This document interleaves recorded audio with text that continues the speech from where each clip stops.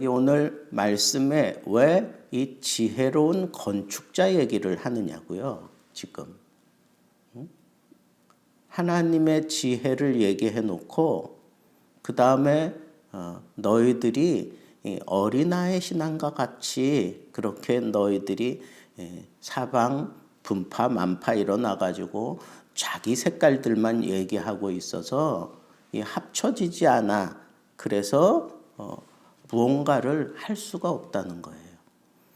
근데 이제 이런 모든 것들을 사도 바울이 하나가 되게 하기 위해서 지금 이런 지혜로운 건축자 얘기를 하는 거예요. 그래서 제일 먼저 너희들의 믿음의 터는 예수 그리스도다. 그러니까 예수 그리스도 그 터 위에 너희들의 믿음을 그렇게 쌓아가는 게 그게 바른 믿음 생활이다. 그런데 사람들이 예수 그리스도의 터 위에 마치 자기가 새로운 터가 된 것처럼 그 위에 나는 게바파다, 나는 아볼로파다, 나는 바울파다, 나는 그리스도파다, 뭐 이따위 소리 하면서 거기서 자기가 터 역할을 하려고 하는 것은 그것은 다 잘못된 거다 이거예요. 지금 그 얘기를 하고 싶은 거거든요. 교회의 터는 예수 그리스도 한 분이에요. 그러니까 예수 그리스도 외에 교회의 터가 될 수 있는 것은 아무것도 없다는 거예요. 내가 많이 투자했다고 이 교회가 내 것인 양 그렇게 착각하면 안 된다는 거죠. 그런 인간들의 생각 때문에 이 교회가 자꾸 파가 생기고 교회가 시끄러워지고 어지러워지는 거예요. 두 번째는 이 건물이라고 하는 것은 세워놓고 나면 그냥 그대로 잘 보존되는 게 아니에요. 이 건물을 이렇게 흔들어 보는 바람이 있고, 불이 있고, 물이 있고, 지진도 있고, 그렇잖아요. 그러니까 반드시 그런 시련이 온다는 거예요. 교회라고 해서 시련이 없다는 게 아니에요. 교회에도 반드시 시련이 있어요. 저도 이 교회를 개척해 놓고 난 다음에 교회가 이런 시련도 겪는구나. 어떤 때는 막 헛웃음이 나올 만큼 아니 이 조그만 교회까지 막 이렇게 흔들어 대면 도대체 어떻게 하나. 어떤 땐 참 야속해요. 하나님, 정말 하나님을 위해서 남은 인생 올인하고 정말 모든 걸 다 드리고 이렇게 헌신하는데 이 정도의 시련은 좀 비껴가게 해주시면 안 되겠습니까? 막 그런 생각이 들 때도 있는 거예요. 그만큼 생각지 않은 그런 시련이 교회에도 어김없이 찾아드는 거예요. 그런데 오늘 이 말씀을 묵상하면서 그런 생각이 들었어요.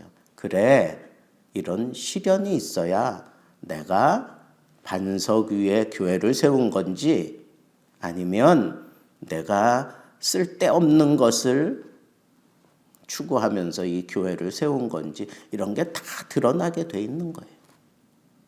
이런 시련 때문에 하나님이 하나님 되시고 이런 시련 때문에 이 교회가 반석이신 예수 그리스도에 세워져 있는지 이런 것들이 다 공력을 따라 다 드러나게 돼 있어요.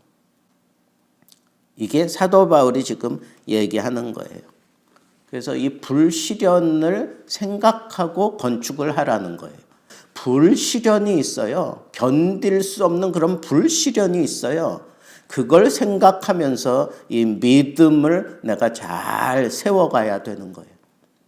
남들은 겪지 않는 이런 괴로움, 남들은 겪지 않는 이런 답답함, 남들은 겪지 않는 이런 외로움, 남들은 겪지 않는 이런 심각한 상황이 나에게 있다고 해서 그것만 생각하고 내가 괴로워하면 안 돼요.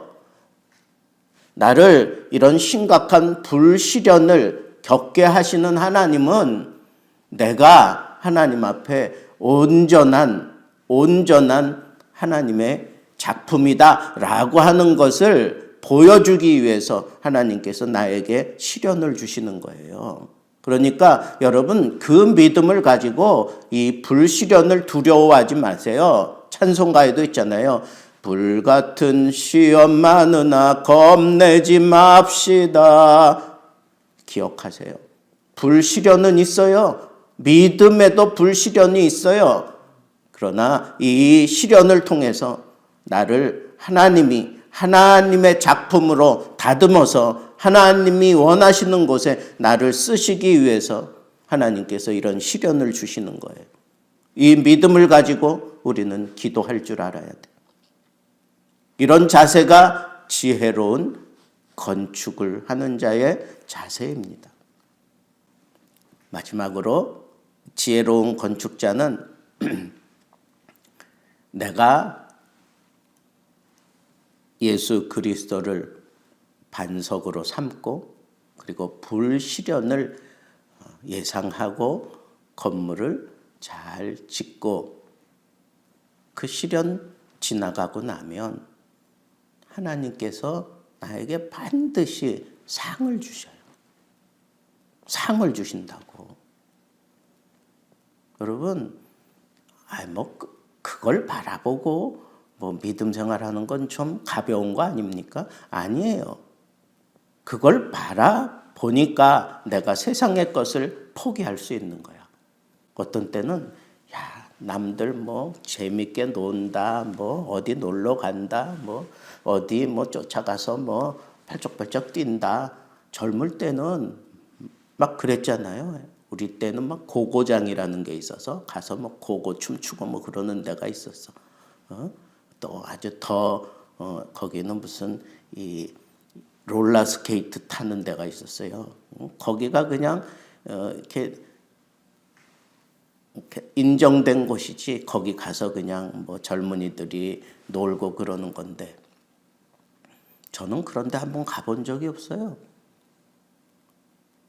그냥 교회 생활하느라고 정신이 없어요.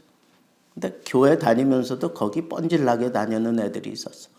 걔네들이 갔다 와서 얘기하는 거 들어보면 속으로 은근한 동경도 생기고 나도 한번 가서 좀 나도 놀 수 있는데 그런 생각이 들었어요. 근데 그런 푸념이나 이런 것들이 내가 교회 생활에 딱 갇혀서 믿음에 그냥 힘을 쏟고 그러면서 하나님이 세상이 부럽지 않은 그런 은혜를 주시더라고.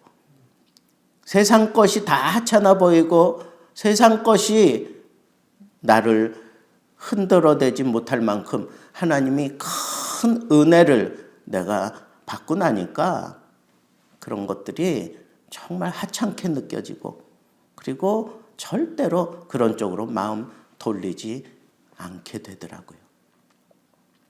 세상이 자꾸 그리워지고 세상이 자꾸 부러워지고 내 믿음 생활이 자꾸 참 곤혹스럽고 힘들어지게 느껴진다 이런 거는요 아직 내가 제대로 은혜 못 받은 거야. 그렇지 않아요?